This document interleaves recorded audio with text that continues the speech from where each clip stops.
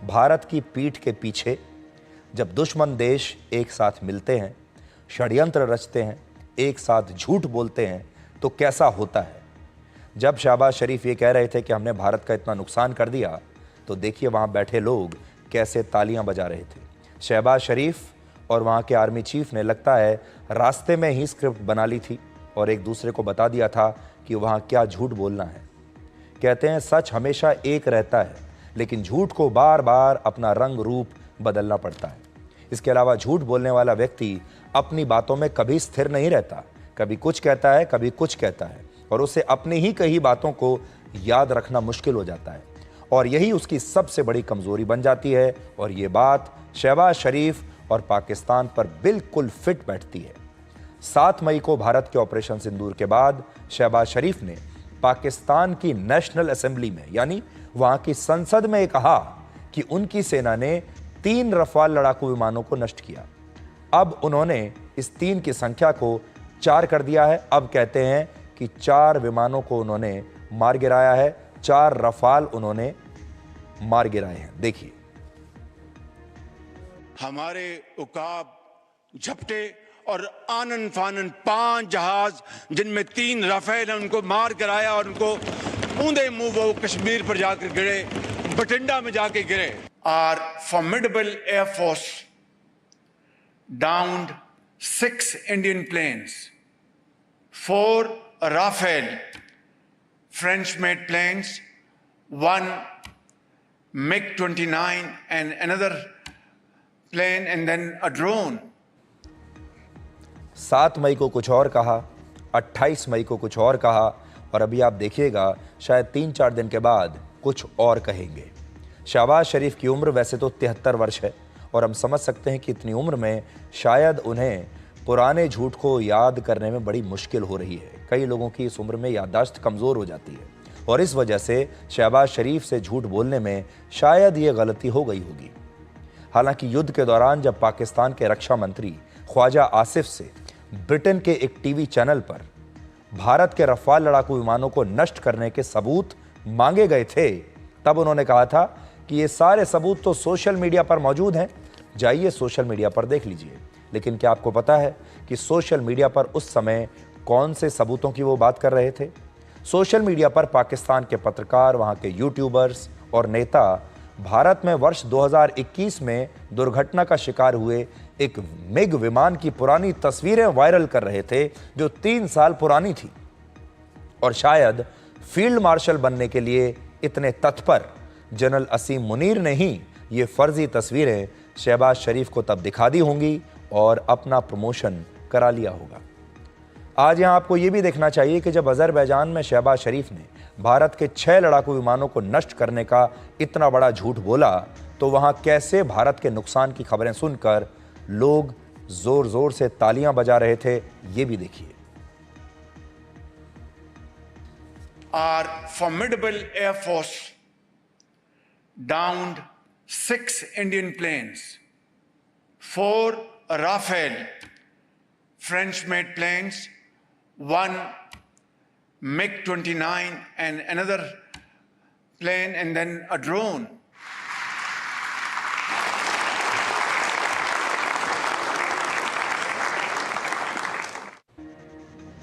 दुश्मनों को अगर पहचानना हो तो ये वीडियो देख लीजिए। ये है टीम पाकिस्तान। अब आप ये सोचिए कि जिस तरह भारत के नुकसान के बारे में सोचकर अजरबैजान में तालियां बज रही हैं, उसी तरह से हमारे अपने देश में भी कुछ लोग हमारे नुकसान के बारे में जानना चाहते हैं और नुकसान पर तालियां बजाने के लिए तैयार बैठे हैं। हमारे देश में कितने नेता और लोग ऐसे हैं जो सिर्फ यही जानना चाह रहे हैं पहले दिन से कि भारत का इस युद्ध में कितना नुकसान हुआ है और भारत ने कितने लड़ाकू विमान गंवा दिए, ताकि ये लोग भी उन लोगों की तरह बैठकर तालियां बजा सकें। इसलिए भारत की स्थिति ये है कि बाहर बैठकर भी उसके दुश्मन षड्यंत्र कर रहे हैं और अंदर बैठकर भी एक वर्ग ऐसा है जो षड्यंत्र कर रहा है।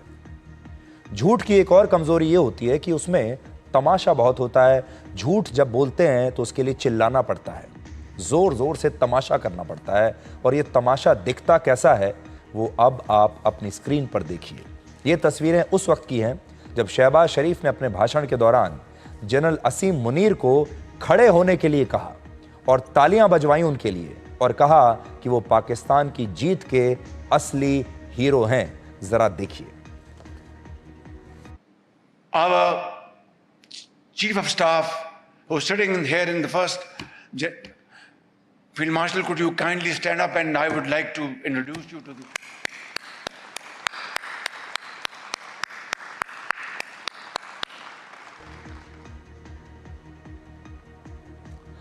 तो पाकिस्तान के प्रधानमंत्री ने जनरल असीम मुनीर को वहां खड़े होने के लिए कहा कि भाई पहचान तो लीजिए कि हमारा आर्मी चीफ कौन है, हमारे फील्ड मार्शल को ज़रा पहचानिए, यही हमारे असली हीरो हैं। और जब जनरल असीम मुनीर के लिए वहां तालियां बज रही थीं तब वो काफ़ी असहज दिख रहे थे, चेहरे पर कोई ख़ास कॉन्फिडेंस और मुस्कुराहट नहीं थी। और ऐसा मुख्य रूप से तब होता है जब आपको ऐसी उपलब्धि का श्रेय लेने के लिए कह दिया जाए जो असल में आपकी उपलब्धि है ही नहीं। चेहरा लटका हुआ है जनरल असीम मुनीर का, क्योंकि वो जानते हैं कि जिन उपलब्धियों के लिए तालियां बजाई जा रही हैं ये उपलब्धियां झूठी हैं, ये काल्पनिक हैं, झूठ के अलावा इसमें कुछ नहीं है। क्योंकि उनकी अंदर की जो अंतरात्मा है वो तो जानती है कि सारी दुनिया झूठ बोल रही है। और जनरल मुनीर के साथ भी ऐसा ही हुआ होगा जब उन्हें खुद अपने आप से ये सवाल वो पूछ रहे होंगे कि इस झूठी वाहवाही का आखिर क्या फ़ायदा है। क्योंकि अगर वो वाकई में युद्ध जीते होते तो इन तालियों और तारीफ़ के लिए वो असहज ना होते और ना ही इन तालियों और तारीफ़ से इतने खुश होते, बल्कि वो अपनी खुशी उस समय दिखाते। उनका चेहरा कुछ अलग ही होता, उस समय चेहरे का जो नूर है वो अलग होता अगर वो जीते होते तो।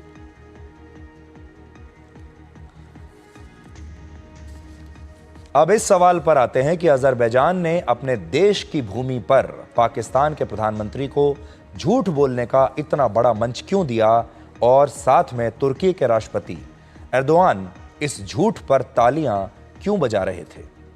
इस गठबंधन को समझने के लिए आपको तुर्की के राष्ट्रपति एर्दोआन का ये पोस्ट देखना चाहिए जिसमें उन्होंने अपने साथ पाकिस्तान के प्रधानमंत्री शहबाज शरीफ और अजरबैजान के राष्ट्रपति इल्हाम एलियेव के एक वीडियो पर यह लिखा है कि ये तीनों देश भाई भाई हैं और ये तीनों देश एक ही सभ्यता से आते हैं और इनके आदर्श भी एक ही हैं।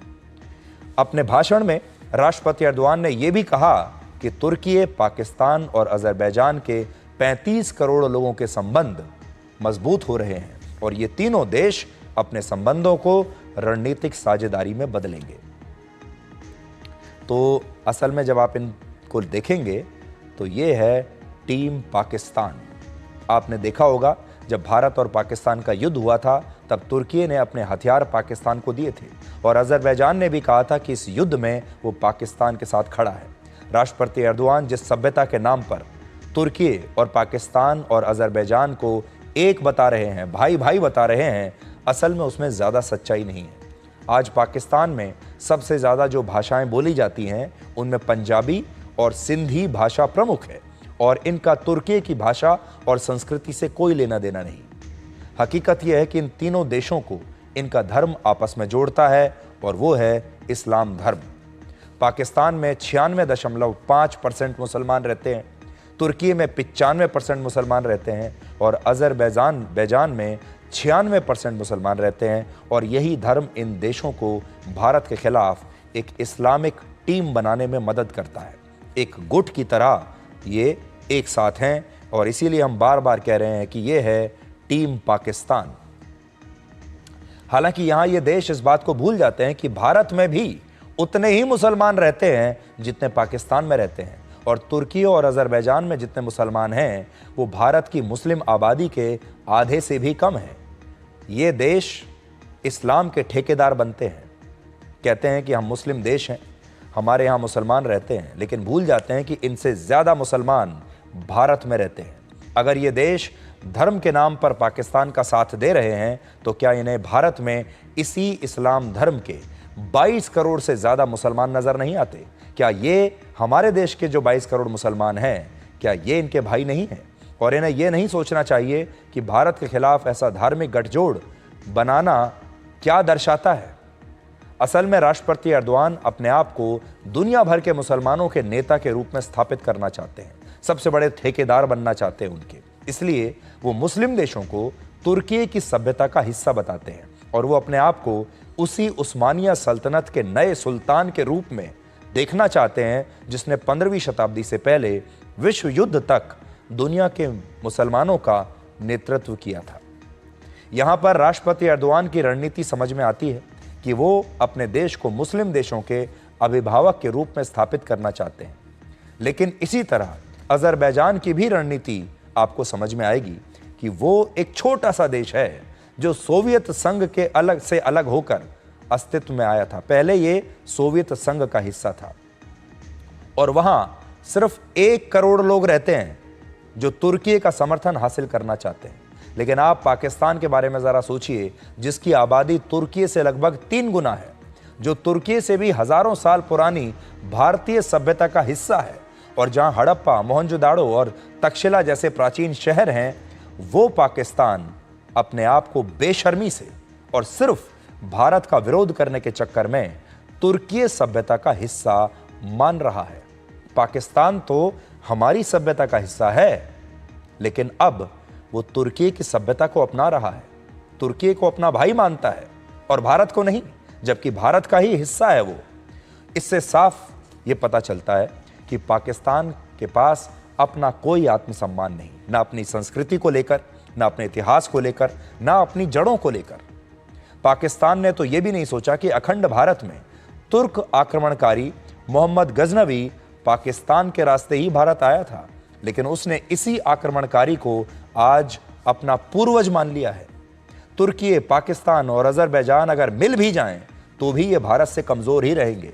भारत की अर्थव्यवस्था आज 4 ट्रिलियन US से ज्यादा की है, जबकि इन तीनों देशों की अर्थव्यवस्था मिलकर भी 1.8 ट्रिलियन US की है। देख लीजिए, मिलकर भी हमसे आधे भी नहीं है। भारत दुनिया की 4थी सबसे बड़ी अर्थव्यवस्था है, जबकि तुर्की 17वीं सबसे बड़ी अर्थव्यवस्था है। पाकिस्तान का नंबर तो 42वें नंबर पर है और अजरबैजान दुनिया की 82वें नंबर की अर्थव्यवस्था है। देख लीजिए, भारत से लड़ने चले हैं। भारत की आबादी 140 करोड़ से ज्यादा है, जबकि इन तीनों देशों की आबादी मिलकर भी आज सिर्फ 35 करोड़ है और ये भारत से लड़ने चले हैं। भारत के पास दुनिया की 4थी सबसे बड़ी और मजबूत सेना है। भारत की सेना और सुरक्षा बल के पास मिलाकर लगभग 51 लाख सैनिक हैं, जबकि इन तीनों देशों के पास मिलकर भी 30 लाख सैनिक हैं। भारत के पास 2 एयरक्राफ्ट कैरियर्स हैं, लेकिन इन देशों के पास एक भी एयरक्राफ्ट कैरियर नहीं है।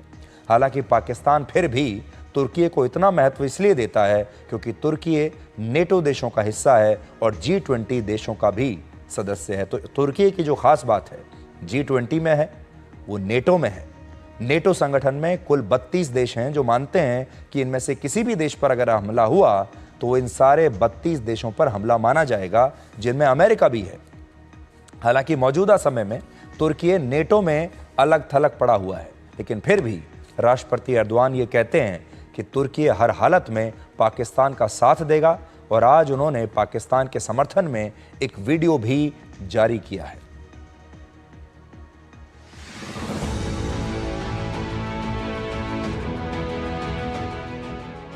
Karşılıklı sevgi, saygı ve güvene dayanan aynı medeniyet ikliminden beslenen ortak idealleri paylaşan 3 kardeş ülkeyiz.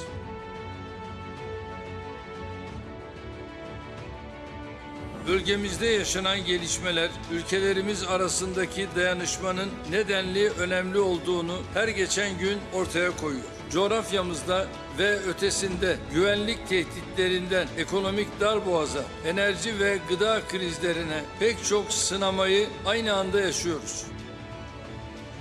Bu zorluklar karşısında dayanışma ve ortak hareket kabiliyetimizin geliştirilmesini bir seçim değil, zaruret olarak görüyoruz. İnşallah üçlü işbirliğimizi çok daha ileri noktalara taşıyacak, halklarımıza yeni eserler kazandıracağız.